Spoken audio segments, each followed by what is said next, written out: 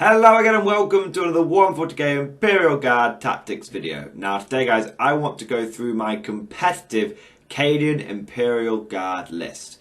Now this list has been tried and tested in the fires of battle and it's come out with a respectable win rate of about 60%.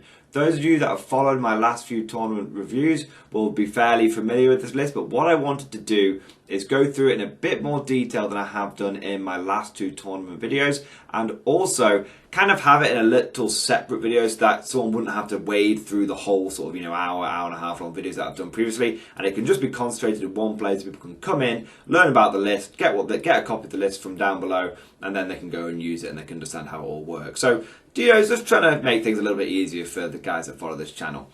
So first thing I want to say is a little bit of context around this list. Now, this is what I would consider a TAC list, that's TAC, or take all comers. So I've designed this list that you can take it into any battle, any situation, and you'll have a reasonable chance of doing well. Now, is this going to win you a tournament? Is this a top tier list? Now, I'm going to be honest, it's probably as good as I can do with Cadians, but it's not necessarily a tournament winning list. At the end of the day, our faction is still Imperial Guard, and if we're to take this into a really competitive Shark Tank environment, it's going to do okay, but inevitably you're going to come across something which just isn't really in the same league as Imperial Guard, like Dark Elder or something like that. However, this list and similar ones to it have gone into 18 Hive Guard and they've beaten it. There has gone into Grey Knights and beaten it. So it can certainly do the business. It has got some really strong points to it. So it is a good list. It's tried and tested, it's battle tested, and I have no issue if anyone wants to copy any, all, or none of this list. Please feel free to use it if you want to, or get inspiration from it, or if you think it's rubbish, that's absolutely fine as well. This is just what I have built, what I have found works quite well. So without further ado, we'll go into the nitty-gritty of the list. We'll go through the detachments that make up it and all that kind of stuff, and some general tactics for the overall list, but also individual units within this army. So I hope you guys are looking forward to this. Grab your paint pot, grab your drink, your snacks, all that kind of stuff, good stuff. Let's dive straight into it. Now, the first thing to mention is that this entire list is running off one regiment trait, which is Cadian. Now, there is many advantages to souping, either taking mixed guard and scions, or taking mixed guard but different regiment traits within each detachment. Many advantages to doing that, but I often like to take a single regiment trait, and the reason for that is because 9th edition is a really complicated game, and especially with a faction like Guard and like Cadians, you're going to be running off 3 books. You've got your Codex, you've got Psychic Awakening, and you've got your Octaria Supplement. So it's best to keep things simple, because at the end of the day, tournament games, which is what this list has been designed around, are timed. And you typically have 2.5 hours after deployment, maybe with a chit chat with the opponent. You might be looking at 2 hours to play a game. And if you're having to remember lots of different moving parts for a list, it's going to slow you down. And especially if you're playing on a chess clock, there's a real good chance you could time out if you take an overly complicated list. So one of the reasons that I've taken a single regiment across this is to keep it simple, reduce the moving parts, and that way if it's simple, it's smooth, and if it's smooth, it's fast, and then it's also just effective and efficient. So there we go. Second thing to mention is that it is comprised of 2 detachments. Now, I'm sure with a little bit of jiggling you could get this all to fit into a brigade, but I decided to not take the brigade because I wanted to essentially reduce the number of tax units that I'd have in this army, and to effectively keep up a nice balance of screening and firepower. So that's why I've taken it in the 2 detachments, and it does get a fairly decent amount of starting CP as well. So it consists of a battalion and an extra patrol. Now, the reason I've taken that extra patrol is because I want to be able to access to an extra couple of characters. As Cadian, one of the biggest advantages that you have is you essentially have access to 4 tank commanders. You've got 3 regular tank commanders, and you've got Knight Commander Pask. Tank commanders are one of the strongest units in the entire Guard Codex. And so that's why you want to get as many of them as possible. I have played around in the past with lists that have been able to run 5 tank commanders. One of them is kind of what I call a pseudo tank commander. I won't get into that here, but the point is, as many tank commanders as I can get, I'm going to take. So if I can get 4 essentially by using Pask, I'm going to do that. Right. Why are tank commanders so good, by the way? Very quick divergence.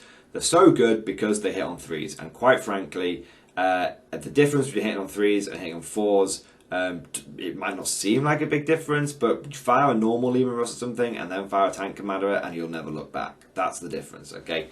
Now, so that's why I've got the extra patrol. Now, I also want to be able to get access to Creed. Now, Creed is an absolutely fantastic unit. We'll be going through him in a little bit more detail, but he is essentially, thanks to him and the way the new order system works after the latest balance patch, Creed is the only officer you need because of the way the new orders work. But we'll circle back round to him in a moment. So it's 2 detachments, and it is a battalion and an extra patrol so I can get an extra couple of characters that I want to fit into this list. Now, first thing we're going to go through is the tank commanders. Now, the first 2 that I want to talk about are the Demolisher tank commanders. Now, these guys play 2 important roles in my army. Firstly, they give me access to Demolisher Cannons, which are point for point one of the most efficient and could be argued the best tank options you can give your Leman Russ. It's strength 10, 8 -3, d6 damage. If you're using grinding advantage, it's 2d6 shots, and it's really, really effective. In a world, in a game where there's a lot of reduced damage, sometimes you need a unit that can really spike the damage. Obviously, d6 is a little swingy, but having that ability to occasionally just slam 6 damage in something from a single unsafe wound is really, really nice. And Demolisher Cannons are very effective. So the first thing is they give me access to that really strong firepower that I want, that close range brawler firepower. But it is close range. In a Cadian army, we're not looking at spot details or gunnery experts or anything like that. So our maximum range is 24 inches. If with a grinding advance, 29 inches, and that is really, really short. Really short. So because of this, I've put 3 heavy flamers on each of these Demolisher tanks. Now, heavy flamers obviously can be a little bit of a controversial choice because they auto hit, which is good, but then they're not taking advantage of the tank commander's ballistic skill of 3+, which you're paying for, so that is bad, I get that. But by and large, what I found is the main reason you're taking these tank commanders is for the top turret weapon, and the sponsons should really be there to support the tank's role. Now, with these Demolisher tanks, they often are what I would call a distraction Carnifex unit. Distraction Carnifex is an old term for like 3rd or 4th edition, where Carnifexes was so cheap that you could run them and just throw them into the enemy's face, and the enemy had to deal with them because they were just dangerous enough that you couldn't leave them alone. That's kind of how these tanks work. They move up, they start doing damage, and then the enemy starts throwing shots into them, trying to crack them, trying to break them. Or what they'll try and do is tie them up. Because a Leman Russ, if it gets tagged by a couple of spare infantry, becomes a lot less effective. But if you've got triple heavy flamer on your Leman Russ, often, and I'm saying this happened in more than one game, you can use the heavy flamers to clear the enemies off the hull, and you still get to then fire the Demolisher Cannon at something else. And you more than likely your Demolisher tanks are the ones that are going to get tagged. In fact, in the last 8 competitive tournament games that I've used this build, the flamers, the Demolishers have always been the one that have been tagged. The other tanks basically never get tagged, and they also have always used their flamers to clear that off, so they never spend more than a turn out of the fight, and even when they are out of the fight with the big cannon, they're still killing stuff because of those flamers. So they are really, really effective. Now these are what I call my brawlers, my bruisers, my distraction units. They go forward and they start drawing fire. Now, Demolisher tanks are really, really good, but they also have a fierce reputation. Everyone knows that Demolisher cannons are really, really good. So, inevitably, what you're going to find, and I will say in every single game that I have run this little pair of Demolisher tanks, they have always consistently been the first ones to draw fire and the first ones to start taking damage and die. But I always have a big grin on my face when that happens, because really the secret to this list is its long-range bombardment tanks. Okay, so that's what those Demolishers do. They get up close, they start throwing out damage-dealing shots which the enemy can't ignore, they draw fire, and they buy time And they're also safe from being tied up because of the flamers, and they buy time for the next 2 tanks, which is the battle cannon tanks. So the first Leman Russ that I want to talk about is just a regular tank commander with a battle cannon. But I always upgrade it to the new Cadian relic battle cannon, and it's called Gatekeeper. And this is it's like a normal battle cannon, it's strength 8, it's AP -2, 72-inch range, but it's a flat damage 3 and against everyone. And against Chaos, you get +1 to wound, which means you're typically wounding even Death Guard on like 2s, alright? Which really gets round one of the issues with the battle cannons is only strength 8. Really, this Gatekeeper very, very rarely is not wounding things on 3s or 2s, basically. Now, I used to put on this tank, I used to really load it out with like plasma cannon or multi-melt sponsons or like a las cannon, but now I run it with the battle cannon and triple heavy bolter. There's a couple of reasons for this. The first reason is that typically Gatekeeper with that flat damage 3 is more than enough to deal with the primary target that this thing is shooting at. And I tended to find that the las cannon, the plasma cannons, and the extra firepower was often wasted. I'd often shoot everything into a unit and just try and blow it apart, and then the rest of the stuff would be sort of sat around doing nothing. It was kind of expensive, but there was always that sort of one point in each tournament or every other game where Gatekeeper would maybe just one shooting phase or 2 shooting phases out of the tournament. Gatekeeper would not quite do what it needed. It would, there's a bit of feel no pain spike that my opponent would get, or damage reduction or something. So what I ended up finding was that I didn't need the full plasma las cannon support. I just needed a little bit of extra support. So that's why I take 3 heavy bolters on it.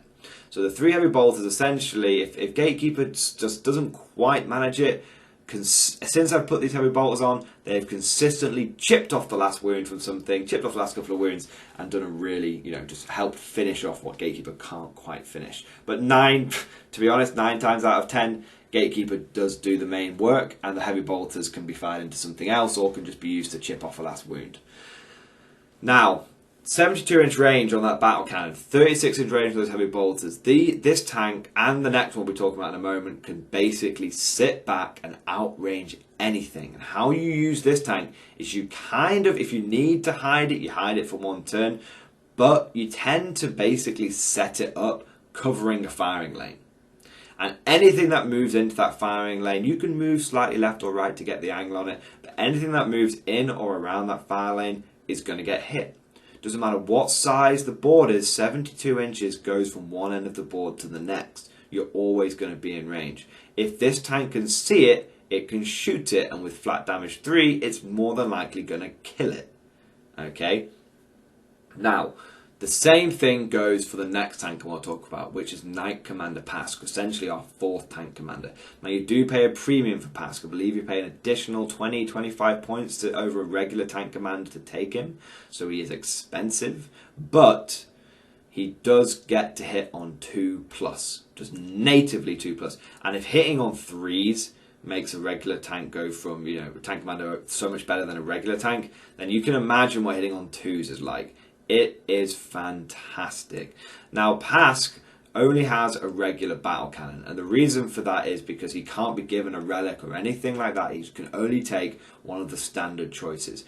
Now, I have practiced and considered playing him with a with a Demolisher Cannon, but the problem is that you end up wasting his 2+ ballistic skill, because the Demolisher tanks often are up front, which means they often die, and only getting 1 turn out of Pask's 2+ ballistic skill truly is not getting the most out of this tank. What you want to do with Pask is you want to again have him sitting back, taking advantage of his 72-inch range, and basically taking advantage of that 2+ every single turn. Now on paper, and again the heavy bolters are there because typically his 2+ on the regular battle cannon is enough to deal with it. Gives him about a similar damage output to similar to Gatekeeper, but the heavy bolters just help to again tick it up, and if anything doesn't quite finish off the heavy bolters, get him over the line. Now, on paper, the Demolisher Cannon is a vastly superior choice to a battle cannon. But in reality, and many people will tell me, Morning Lawyers, you just take 4 Demolisher Cannons. But let me tell you something. The Demolisher Cannons will, if they're lucky, get to fire twice in a game, and then they're gone. The Battle Cannons will fire every single turn. In 8 competitive tournament games, I have only lost Gatekeeper and Pask once. Okay? That's it. The rest of the time, they've lived to the end. And it's simply because by the time the opponent has managed to crack open those 2 demolishers and swept away the rest of the infantry, it's over. It tends to be over. And so every single turn, those battle cannons have been slamming rounds into the enemy, and on a turn-for-turn basis, they don't equal the Demolisher Cannons. But you have to ask yourself, which do you think is going to do more damage? 1 to 2 turns of Demolisher Cannon, or 5 turns of Battle Cannon? And in my experience, the Battle Cannons do more over the long period of time. It's consistently smashing stuff, especially if it's the flat damage 3-1. So we've got 2 brawler tanks, and we've got 2 what I would call long-range bombardment tanks, fire support tanks. Then we move on to the last part of the fire support, the main fire support, which is the Manticores. Now I take 2 full payload Manticores. Now full payload is an upgrade that you can give to a Manticore. It's from the greater good, and essentially it means that your Manticores go from being D3 damage to a flat 3 damage. And these tanks are invaluable for 2 key reasons. Number 1, and most importantly, they are indirect fire, which means they do not need line of sight to target the enemy. This means defensively they can be hidden out of sight. I have yet to have my Manticores die in a game, literally. Okay, apart from when they face Hive Guard, in which case one of them died. Okay, and that's because the Hive Guard went first. They consistently get to fire off every single missile. Now they only get 4 shots a game, true, but it's only a 5-turn game, so it tends to be. I've never had any issue with needing that 5th shot. And what I find is they are indirect fire, and that means defensively they're really, really strong, and offensively it means the enemy can't hide. And you can do what I like to call an artillery duel. So if your opponent has like 1 or 2 line of sight ignoring things, you can have an artillery duel with them. Now typically there's only one other faction that I would say can match the Manticore, and that is Tyranids with Hive Guard, one of the current, as of this video, top competitive lists that you might encounter. Hive Guard are really, really strong, but they have a key weakness, which is the Hive Guard are only 36-inch range. And in fact, when you look at other people's artillery, it tends to cap out at about 48 inches. If you're looking at some of the more common things that you're going to come across, like Plague Burst Crawlers, it's got a 48-inch range. These Manticores have a 120-inch range, which means they're always in range and they outrange everyone else's artillery. And that is incredibly important, because what it means is you can deploy your artillery, in the very back corner of the battlefield, and your opponent, if he wants to be in range of you, has to deploy what I call on the line, basically up front in his deployment zone. Now, if he does that 9 times out of 10, the vast majority of the time, he's going to deploy on the line, which means he's going to be in line of sight. Which means if he doesn't get turn 1, your battle cannon tanks, your other long-range bombardment tanks, are able to get the drop on their artillery, and you win that artillery duel very quickly. Manticores are honestly, what I would argue right now, across every faction in the game, the number 1 line of sight ignoring artillery piece. They are the best artillery in the game. Hive Guard are fantastic, and I'm not doubting them, but they have that 36-inch range, and I have run Manticores into Hive Guard spam twice. When I went second, I got a draw. When I went first, I took out all the Hive Guard pretty much in 1 turn. Okay, I took out 12 Hive Guard in 1 turn. So Manticores v Hive Guard, it's pretty bloody close. It comes down to who goes first.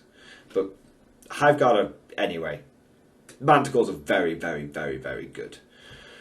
Now, so what we've covered here is what I would call the fire support of this list, and it is a lot. The point of this These units, the point of the bombardment tanks, the demolisher cannons, of the Manticores, are to work together to win the firefight. That's the term that I like to call it. I don't know if it's a proper term or a military term or whatever, but I like to call it winning the firefight. And that's what this list specialises in. 9th edition is very much an objective-based game, don't get me wrong. But this list specialises in killing stuff. And it does kill stuff. And it tends to put your opponent in a weird back foot position. Because normally Guard don't kill a lot and they win on objectives. This list flips that on its head. And often an opponent will go into a game wrong-footed, and it won't be till turn 2 when they realise, hang on, I'm losing the killing battle and the Guard are starting to pull it back on points. This list has yet to not win the firefight. There was one game when it struggled and it kind of drew the firefight. It won the firefight but drew the firefight, and that was against a Dark Elder list. But it definitely stalemated the firefight in that one. So this list definitely has killing power and killing potential. It's very, very good at that. But in order for it to achieve that aim and to win the firefight, you need screening, and that's what the rest of the list does. So we're looking at over 1,000 points here put into firepower. Each one of those Leman Russes averages out at like 230 points roughly, and then you've got the Manticores on top. So well over half of this list is put into firepower. The rest of the list is put into what is called screening, and the rest of the list has 2 jobs: to buy time for the guns to do the work and to achieve primary points, and where possible secondary victory points. So you have initially 2 blobs of conscripts. Now I have one of 30 and one of 28. That's simply because I couldn't afford to make the last squad 30, but it's basically 2 blocks of conscripts, 2 almost max-sized blocks of conscripts. Now both of these have been upgraded to Whiteshields. That is really important. It allows Creed to order them around with no worries, and also the leadership thing has come up in a game or 2 as well, which is nice. Now essentially these conscripts are purely there for screening, purely there for board control and to zone my opponent out.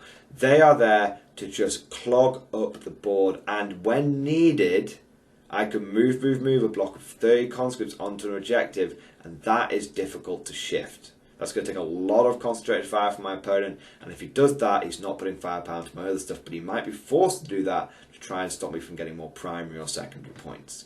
So the conscripts are meat. Their job is to screen. Their job is to just be a couple of sources of just big blocks of bodies that I can just harass and annoy my opponent with. Their killing power is absolutely 0. I often don't bother shooting them at all. When I do, it's to try and chip a wound off something so I don't have to bother, firing something else into it. Or it's to kill like someone's equivalent, like cultists or something, or hormagaunts or termagants. Yeah, conscripts are not there to kill stuff. That's the number 1 takeaway you want to take from that part of the list. The remaining infantry is 6 squads of infantry. Now they actually fulfill a very similar job to the conscripts. They're there to zone things out, they're there to get in the way, and they're there to take objectives. But they give me a little bit more tactical flexibility. I originally used to run this list with 4 blocks of conscripts and just 2 units of infantry. But what I tended to find is there was 2 disadvantages to doing this, or 3 disadvantages to doing this. Number 1, it would cost me an extra CP for Whiteshields. Number 2, I would get wound overspill, where my opponent would, if they were shooting an infantry squad, would have only done like 13 wounds, which would have killed 10 people. But when they did it into conscripts, 13 wounds killed 13 conscripts. And I actually found, even though I was running more bodies, I was losing them quicker, which meant that I wasn't having as much screening. The third advantage of having these in multiple small units is it gives me a little bit more tactical flexibility. I may not want to move my big block of 30 conscripts. I might just want to slingshot out a single 10-man squad onto an objective. Maybe that's to take 5 primary points off my opponent. Maybe that's to get me a stranglehold, but I know I won't hold the middle objective, so I don't want to waste 30 infantry trying to do it. I'll just waste 10. That's why I like taking the 6 squads of infantry. And since doing it, I can say that between the lack of wound overspill and that they're easier to hide as well, I feel like this list, which technically has 15, 17 less bodies than version 1.0, actually has the same amount of screening, because it's made up for the lack of wound overspill and the easier to hideness. So there we go. That's the infantry. Number one job of the infantry: screen people out, zone people out, take objectives off the enemy, get me stranglehold. That's what I want to do. Now the last part of this list, second to last part of this list, is the sentinels. Now I didn't used to take sentinels. I used to take an extra couple of infantry squads. I would now say that the sentinels are a pretty key component, but they are certainly a meta-dependent part of the list. What do I mean by that? So right now, these sentinels are really very much worth it. Really worthwhile. But in the future, they may not be. Now why is that? These sentinels serve one real purpose, and that is anti-turn 1 deep strike. Now you might say, but Morning Glory, you can't bring reserves in turn 1. Well, I'm not talking about that. I'm talking about Grey Knights, which can teleport units and shunt units up the table. I'm talking about Thousand Suns, who are able to also, if they want to and build into it, teleport 3 units up the board into your face turn 1. These sentinels, they're scout sentinels, they've got multi-lasers, they're dirt cheap. Their one job is 105 points of my list, 5% of my list goes into anti-meta. Anti-Grey Knight, anti-Thousand Suns. And all they do is if I lose the first turn, I move them forward 9 inches. And my opponent can't get a turn 1, can't get his stuff into range turn 1. It's as simple as that. No turn 1 charges for you. And in the last tournament I went to, because of those sentinels, I won my first game against Grey Knights. In the practice game I had with them the first time, I drew against Grey Knights when it would have easily been a win for my opponent if I hadn't had them. So they are really, really valuable. The disadvantage of them is that if you're not facing Grey Knights, they tend to struggle for targets. Okay?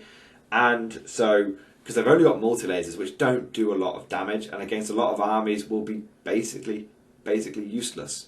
If your opponent has something like Cultists or Sisters or Hormagaunts or something similar chaff-like, then those multi-lasers can do something. They're not too bad, but by and large, the multi-lasers aren't ideal. So if the meta shifts and Grey Knights and Thousand Suns become a lot less prevalent, however, at the last couple of tournaments I've been to, they've been one of the top 3 most represented factions. In fact, the last event I went to, they were the top represented faction. Then, if the meta shifts and they're no longer and Grey Knights aren't as prevalent, then the Sentinels will come out and something else will go in. But right now, they're invaluable because you're going to come across Grey Knights at least once, even in a one-day tournament. You're going to come across Grey Knights at least once, and you need this tool to deal with them. It will basically be the difference between winning and losing the game. Last, but certainly not least, we have the old man himself, Lord Castellan Creed. Now, Creed is basically there to be able to do. He's so good. He costs the same as a platoon commander and a company commander, so he does the same, and he does the same amount of orders as them. He does 3 orders, but he's got a 12-inch order bubble.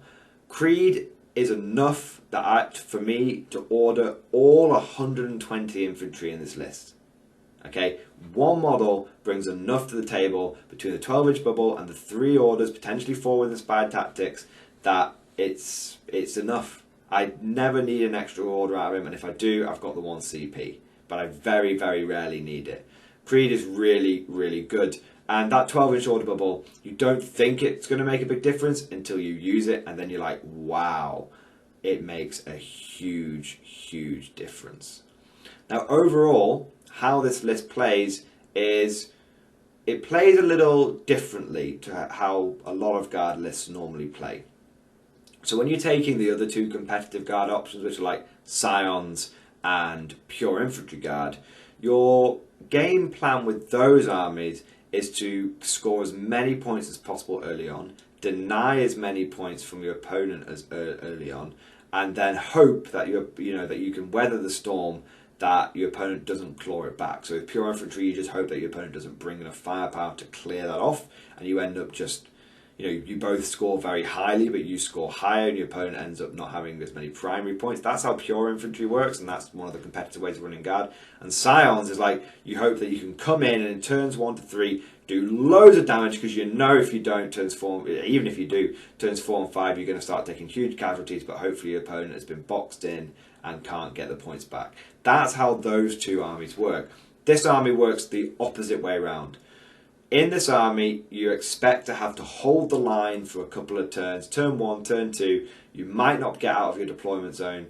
You're not going to be taking objectives like Engage. You're not going to be taking objectives like Rod or anything like that.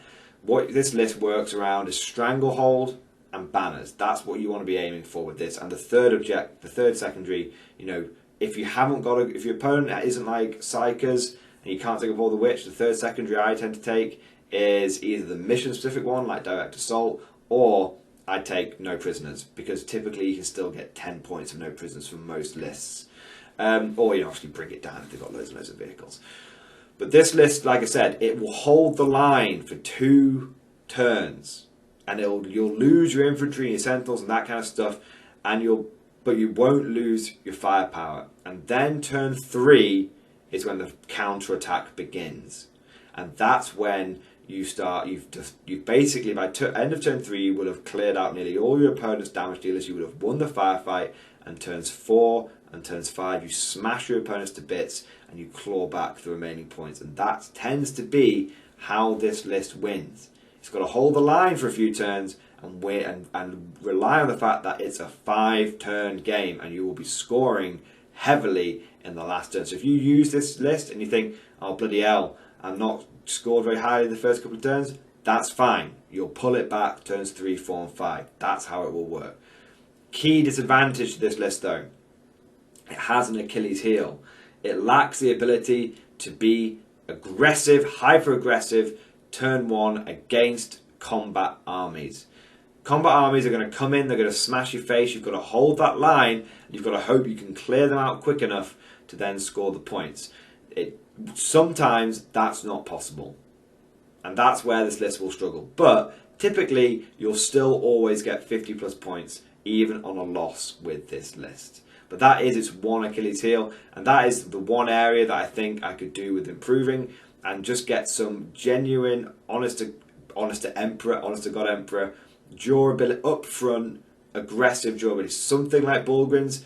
The problem is that I'm concerned that if I take too much out from the firepower, there won't be enough to win that firefight, and it won't quite work. So this is what I have found to work.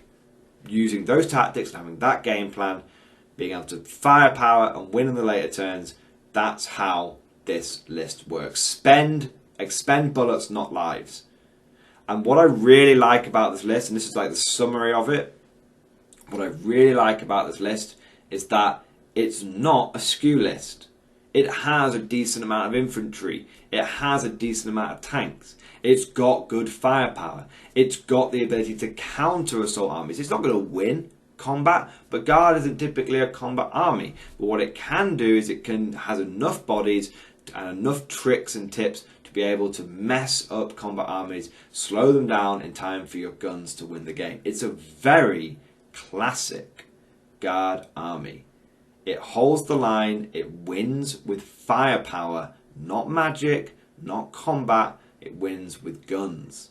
And that's what a Guard army traditionally should be all about. So it's a classic Guard army that actually works.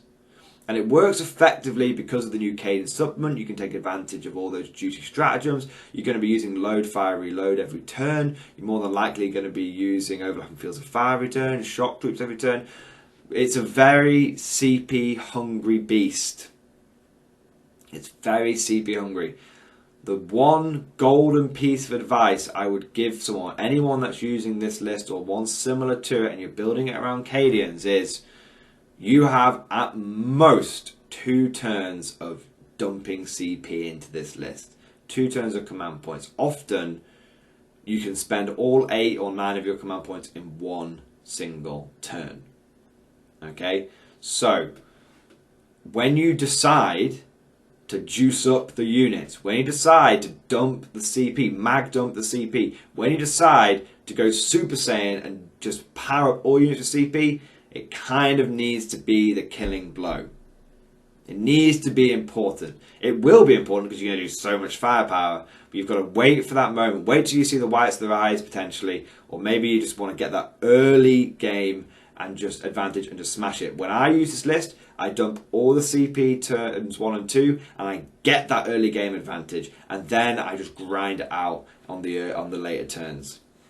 I do damage in the early turns, and I score in the later turns. That's how I run this army. That's how I run this CP. That's the advice I would give anyone who wants to run a list like this. Anyway, hope you guys have enjoyed this video. Let me know what you think down in the comment section below. As always, I want to say a big thank you to the Patreon supporters. It's thanks to the Patreon supporters that I was able to take the new Cadian supplement, test it hardcore over 2 tournaments, over 2 weeks, really stress test it, learn the lessons and bring that back and share this kind of information with you. It is thanks to the Patreons that I can do that kind of stuff. So big thank you to them. If you're a Patreon supporter, thank you so much. You are legendary. If you're interested in becoming a Patreon supporter, of course, there will be a link down in the description below. Hope you guys enjoyed this video. Thank you for watching. And of course, I'll see you guys next time.